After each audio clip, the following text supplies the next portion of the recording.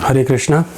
तो फिर से आपका स्वागत करता हूं वास्तु एस्ट्रो क्लासेस में। जैसा कि पिछली श्रृंखला में हम लोग बात कर रहे थे आध्यात्मिक उन्नति के बारे में, आध्यात्मिक सफलता के बारे में, तो इस श्रृंखला में मैं कुछ और आपको बातें बताने वाला हूं कि किस तरह से हम संन्यास प्रवृत्ति को या आध्यात्मिक उन्नति को और भी ज़्यादा सुचारू रूप से अपने जीवन में आगे बढ़ा सकते हैं और देख सकते हैं, और कौन से हमारी पत्रिका में ऐसे कॉम्बिनेशंस हैं जिनसे हम काफ़ी कुछ अपनी पत्रिका के विषय में पता लगा सकते हैं।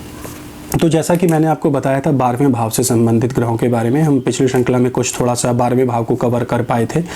तो 12वां भाव जो है, जैसा कि मैंने आपको बताया था, शय्या सुख का है। 12वां भाव जो है वो कारावास का है। 12वां भाव जो है वो निर्वासन का है। 12वां भाव बीमारी है। 12वें भाव से हम जो हैं वो कहीं ना कहीं वो हमारे जीवन में एक तरह से सीक्रेसी को भी दर्शाता है, यानी कि आपकी गुप्त बातों को, आपके गुप्त लगाव को, इन सब चीज़ों को दर्शाता है। 12वें घर से हम जो हैं खर्चों को देखते हैं, मोक्ष स्थान को देखते हैं। तो 12वें भाव में अगर अशुभ ग्रह बैठे होंगे, 12वें घर में अगर मान लीजिए राहु, शनि, केतु, माफ़ कीजिएगा, राहु, शनि, सूर्य और मंगल जैसे ग्रह बैठे होंगे, तो ये आपको कहीं ना कहीं अपराध की तरफ ले जाने का प्रयास करते हैं। देखिए, एक बात तो लगभग तय है कि 12वें भाव में या द्वादश भाव में यदि अशुभ ग्रह बैठे हैं तो ये व्यक्ति के वैवाहिक जीवन को तो खराब करते ही हैं, साथ ही साथ में शय्या सुख को भी खराब करते हैं। तो ऐसी स्थिति में व्यक्ति जो है उसमें भटकाव बहुत ज़्यादा होता है। वो एक स्थान से दूसरे स्थान पर भटकता रहता है। उसकी जो है उसके मन में या उसके जीवन में कोई किसी तरह का कोई लक्ष्य प्राप्त करने का लक्ष्य नहीं होता उसके जीवन में। तो 12वें भाव में अशुभ ग्रहों का बैठना कहीं ना कहीं आपके लिए निस्संदेह एक हानि वाला संकेत है। तो 12वें भाव में शनि मंगल होगा, तो ऐसा व्यक्ति जो है, जैसा कि मैंने आपको बताया, डाकू हो सकता है, हत्यारा हो सकता है, लुटेरा हो सकता है, या किसी भी आपराधिक कार्य में लिप्त हो सकता है। कुछ सामाजिक निंदनीय जो कार्य होते हैं समाज में उनमें लिप्त हो सकता है, जिसकी वजह से उसको आजीवन कारावास तक भी हो सकता है, आजीवन कारावास हो जाता है। तो ऐसी स्थिति में जो है वो 12वें भाव में अशुभ ग्रह जो हैं वो कहीं से भी आपके संन्यास के लिए, आपके आध्यात्मिक उन्नति के लिए कहीं से भी अच्छे नहीं होते। अगर 12वें भाव में शुभ ग्रहों का प्रभाव है, 12वें भाव में बृहस्पति, चंद्रमा, 12वें भाव में मान लीजिए आपके बुध, अगर शुभ ग्रहों का प्रभाव है तो आपको वह सभी प्रकार के सुख देते हैं और आपको मोक्ष की तरफ भी ले जाने का प्रयास करते हैं। 12वें भाव में शनि, राहु, सूर्य और मंगल, अगर ये ग्रह 12वें भाव में बैठे हों तो कहीं ना कहीं ऐसी स्थिति में आपको हमेशा कोई ना कोई परेशानी पैदा ज़रूर करेंगे। आपका दवाइयों पर, आपका अस्पताल में बहुत खर्चे बढ़ेंगे। ऐसी स्थिति में आपके लिए हमेशा नुकसान का कारण बनेंगे। तो 12वां भाव जो है वो अशुभ ग्रहों से पीड़ित नहीं होना चाहिए। 5वां भाव, 8वां भाव और 12वां भाव, स्पेशली 5वें भाव में, 8वें भाव में या 12वें भाव में अगर राहु चंद्रमा की युति एक साथ है या राहु कहीं से भी चंद्रमा को पीड़ित करता है, प्रभावित करता है, तो ये लोग हमेशा लड़ाई झगड़ों में लिप्त रहते हैं। इनके जीवन में कोई ना कोई परेशानी, कोई ना कोई अड़चन, कोई ना कोई तकलीफ इनके जीवन में हमेशा बनी रहती है। तो ये इसलिए ये जो कॉम्बिनेशन है ये भी बहुत अच्छा नहीं होता, 5वें, 8वें और 12वें भाव में भी। तो इस कॉम्बिनेशन को बहुत अच्छा नहीं कहा जा सकता। देखिए, 12वें भाव में केतु को देखिए, क्योंकि केतु को उच्च मन का, आध्यात्मिक स्तर का और उच्च बुद्धि का सबसे ज़्यादा प्रबल ग्रह माना जाता है, क्योंकि केतु 12वें भाव में मोक्ष प्रदाता होते हैं। वैदिक ज्योतिष का एक ऐसा नियम भी है कि यदि किसी व्यक्ति के द्वादश भाव में केतु है तो यह उसका आखिरी जन्म होता है। इसके पश्चात वह व्यक्ति सीधा स्वर्ग लोक जाता है। ऐसा बहुत से लोगों का मानना है, ऐसे बहुत से ज्योतिषों का मत है। लेकिन यहाँ पर मेरा मत ये है कि खाली केतु के 12वें भाव में बैठे रहने से ये बात बहुत हद तक सही साबित नहीं हुई है। काफ़ी पत्रिकाओं में मैंने ये चीज़ देखी है, उसमें बृहस्पति का रोल बहुत ही महत्वपूर्ण है और बिना बृहस्पति के केतु किसी व्यक्ति को मोक्ष नहीं दिला सकते।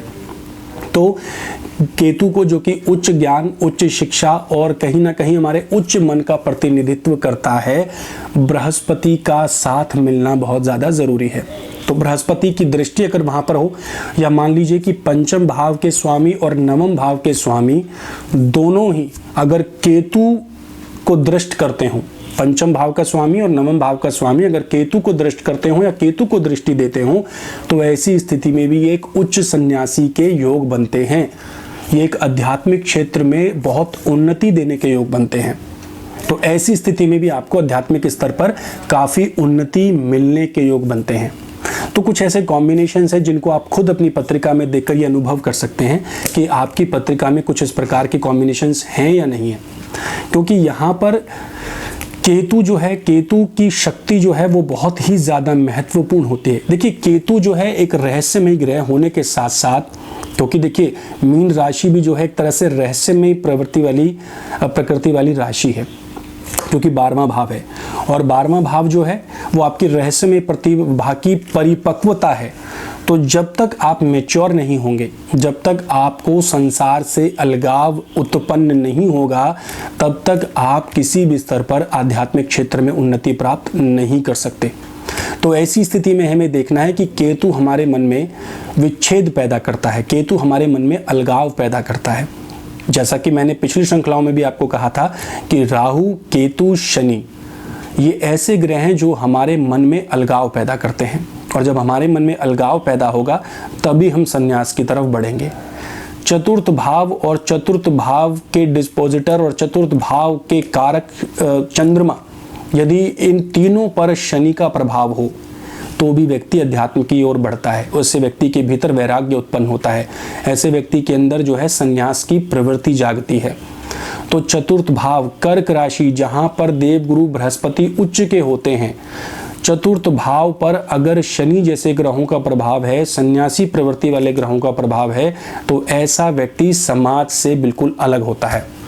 समाज में वो अपनी एक अलग पहचान बनाने की कोशिश करता है। समाज से घुलना मिलना ऐसे व्यक्ति को बहुत ज़्यादा अच्छा नहीं लगता, क्योंकि उसका जो रास्ता होता है वो अध्यात्म की ओर होता है। ऐसा व्यक्ति अध्यात्म के क्षेत्र में नई उन्नति प्राप्त करना चाहता है। तो शनि का भी इसमें बहुत और चंद्रमा का इसमें बहुत महत्वपूर्ण रोल है। देखिए चंद्रमा के लिए मैं इसलिए कहता हूँ क्योंकि चंद्रमा कहीं ना कहीं आपको मानसिक बल देता है। अगर आपकी पत्रिका में चंद्रमा बहुत शुभ स्थिति में नहीं होगा तो ऐसी स्थिति में आप अपने मन को स्थिर नहीं कर पाएंगे। लेकिन मैंने बहुत सारी पत्रिकाओं में ऐसा देखा है कि बृहस्पति और शनि बहुत प्रबल अवस्था में है, चंद्रमा भी केंद्र स्थानों में है, तो उन्होंने संन्यास के क्षेत्र में या आध्यात्मिक क्षेत्र में काफ़ी उन्नति प्राप्त करी है और काफ़ी उन्नति प्राप्त करके उन्होंने अपने जीवन में ईश्वर के प्रति एक अपने आप को समर्पित किया है। और ये यहाँ पर महत्वपूर्ण भी हो जाता है। देखिए शनि कर्म प्रधान ग्रह है और बृहस्पति ज्ञान के कारक ग्रह हैं। शनि कर्म प्रधान होने की वजह से, जैसा कि भगवान श्री कृष्ण ने भी गीता में कहा है कि कर्म आपके लिए बहुत महत्वपूर्ण है, क्योंकि आपको हर उस स्तर से गुजरना होगा जिसमें आपको आध्यात्मिक क्षेत्र में उन्नति के लाभ मिलेंगे।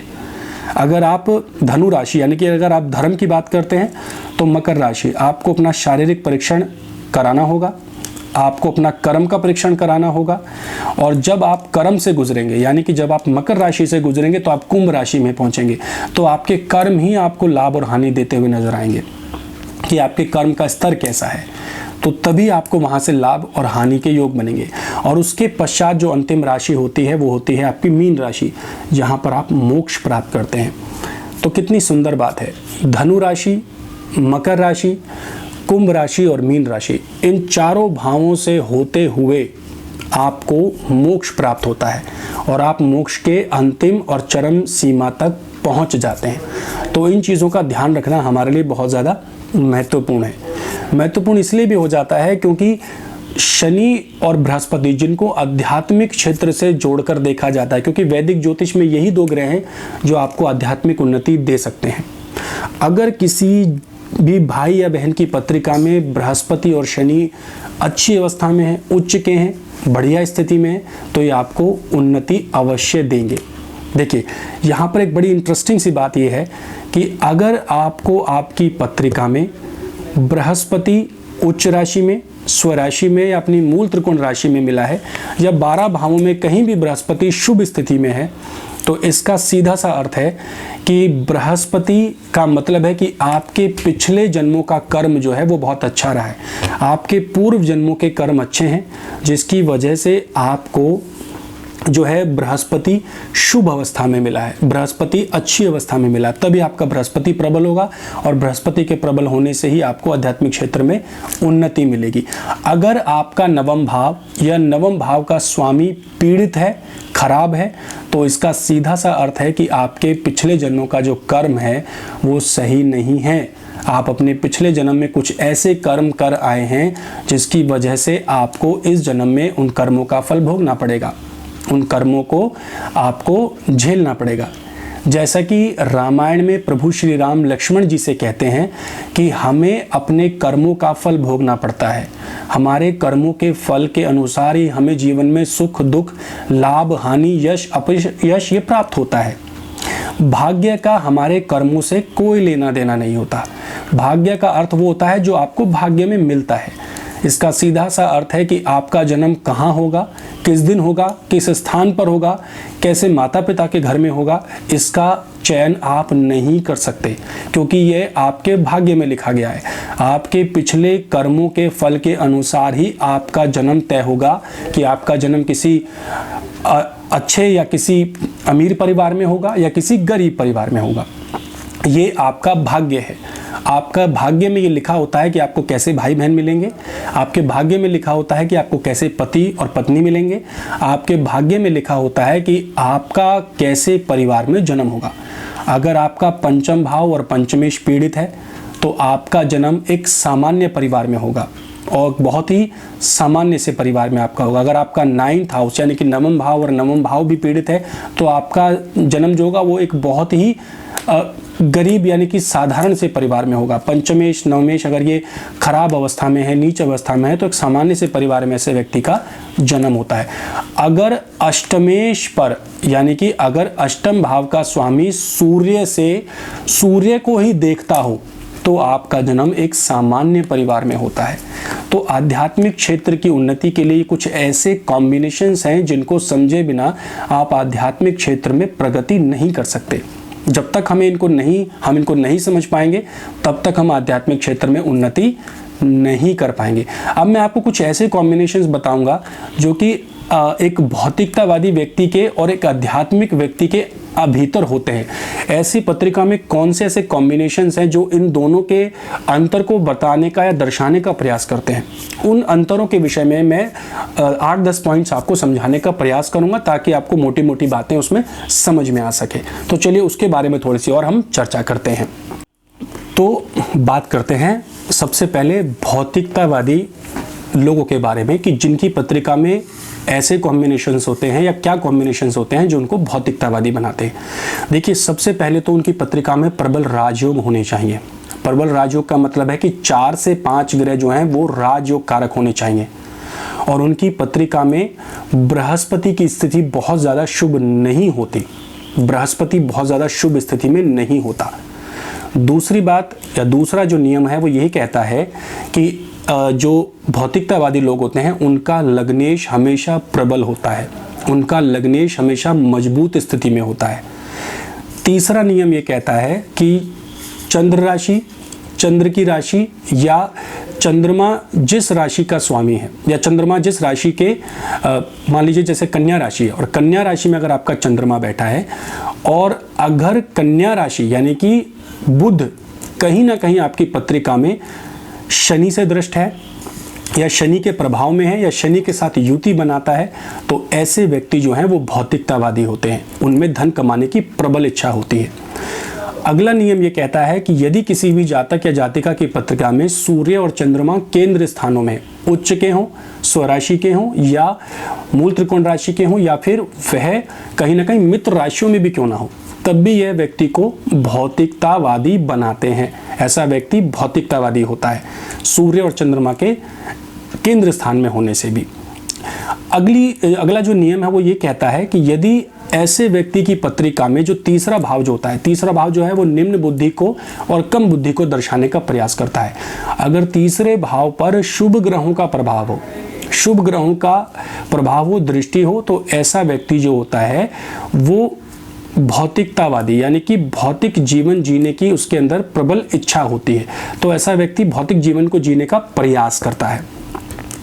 अगला नियम ये कहता है कि यदि आपकी पत्रिका में, मैं भौतिकतावादी लोगों की बात कर रहा हूँ, भौतिकतावादी लोगों की पत्रिका में यदि 12वें भाव का स्वामी, यानी कि 12वें भाव का स्वामी अगर किसी भी चतुर्थांश में पड़ा है, किसी भी चतुर्थांश में है, तो ऐसी स्थिति में, और वो शनि से दृष्ट है, तो ऐसी स्थिति में भी उनको भौतिकतावादी जीवन जीने का वो प्रयास करते हैं। तो ये कुछ ऐसी कॉम्बिनेशंस हैं। भौतिकतावादी लोगों की पत्रिका में बहुत सारे आपराधिक कार्य करने की योग होते हैं, यानी कि वो लालची होते हैं, स्वार्थवश वो कोई भी काम करने, सिद्ध करने का प्रयास करते हैं। तो ऐसी स्थिति में उनका शुक्र जो है वो प्रबल अवस्था में होता है, क्योंकि शुक्र जो है वो भौतिक सुख सुविधाओं का कारक है, भौतिक इच्छाओं का कारक है। तो भौतिक सुख सुविधाएं उनके जीवन में उनको ज़्यादा लालसा उनके मन में पैदा करती हैं और ज़्यादा इच्छा पैदा करती हैं।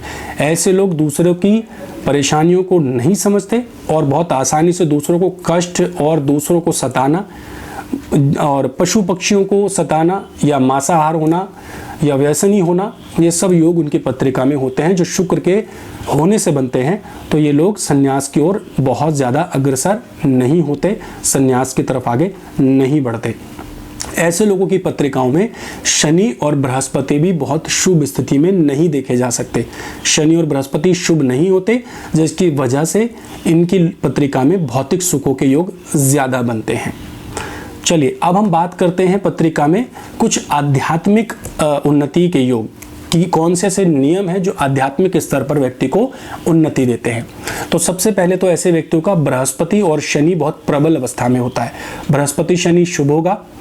ऐसे लोगों का लग्नेश हमेशा कमज़ोर होता है। लगन का स्वामी छठे, 8वें या 12वें भाव में होगा, तो लग्नेश के कमज़ोर होने से उनके अंदर सन्यासी प्रवृत्ति होती है। ऐसे लोगों की पत्रिका में चंद्र राशि से देखें, लगन कुंडली से देखें या कहीं से भी अगर आप देखें, तो ऐसे लोगों की पत्रिका में हमेशा शनि का प्रभाव चंद्रमा पर देखा जा सकता है। चंद्रमा को जब शनि देखते हैं या जब कर्क राशि पीड़ित होती है या कर्क राशि को जब शनि देखते हैं, तो उनके भीतर एक सन्यासी प्रवृत्ति पैदा हो जाती है और सन्यासी प्रवृत्ति के होते हैं। यदि इनकी पत्रिका में सूर्य और चंद्रमा, ये भौतिकतावादी लोगों की पत्रिका में भी होता है और ये आध्यात्मिकता भी, तो सूर्य और चंद्रमा अगर केंद्र स्थानों में है तो यह भी उनको आध्यात्मिक स्तर पर पहुंचाने के लिए एक अच्छा योग होता है, एक अच्छा कॉम्बिनेशन होता है। लेकिन अगर ये केंद्र स्थानों में है, सूर्य से बृहस्पति केंद्र स्थान में है या बृहस्पति से सूर्य केंद्र स्थान में है, तो ये बहुत अच्छे योग बनाता है। आध्यात्मिक स्तर पर उन्नति करने वालों की पत्रिका में एक नियम और होता है कि अगर उनकी पत्रिका में बृहस्पति और केतु 2 और 12 का संबंध बनाते हैं, द्वितीय और द्वादशेश का संबंध बनाते हैं, और बृहस्पति यदि चतुर्थ, अष्टम या द्वादश भाव में बैठा है, तो ये भी उन्हें आर्थिक परेशानियां देकर जीवन में संन्यास की तरफ अग्रसर करता है। ऐसे व्यक्ति आध्यात्मिक स्तर की तरफ बढ़ जाते हैं, उन्हें संन्यास में बहुत ज़्यादा, उनको संन्यास की तरफ उनका रुझान होने लगता है, क्योंकि केतु और बृहस्पति का 2-12 का संबंध आध्यात्मिक स्तर के लिए सबसे शुभ माना गया है। और ऐसी स्थिति में बृहस्पति चतुर्थ, अष्टम या द्वादश भाव में होना चाहिए। इसके अलावा इनका शुक्र हमेशा कमज़ोर पाया जाता है। शुक्र अगर कमज़ोर होगा तो ये भौतिक सुखों की तरफ आपको अनुभूति नहीं कराएगा। तो ऐसे लोगों की पत्रिका में शुक्र जो है वो बहुत ही खराब स्थिति में पाया जाता है, कमज़ोर स्थिति में पाया जाता है, ताकि ये भौतिक सुखों की तरफ आगे ना बढ़े। इसके अलावा ऐसे लोगों की पत्रिका के अनुसार ये बहुत ही रहस्यमयी प्रवृत्ति के होते हैं। इन्हें अकेले रहना पसंद होता है, दूसरों को कष्ट न देकर ये दूसरों की भलाई का काम करते हैं और हर क्षण प्रभु का स्मरण करते हैं, परमात्मा का ध्यान करते हैं। तो ये कुछ ऐसे कॉम्बिनेशंस मैंने आपको बताने का प्रयास किया है। यदि आप अपनी पत्रिका का विश्लेषण करवाना चाहते हैं, अपनी संपूर्ण पत्रिका के बारे में चर्चा करना चाहते हैं, तो आप मुझे मेल कीजिए, व्हाट्सएप कीजिए, मैं आपकी ज़रूर इसमें सहायता करूँ। इस वीडियो को देखने के लिए आपका बहुत बहुत धन्यवाद। हरे कृष्णा।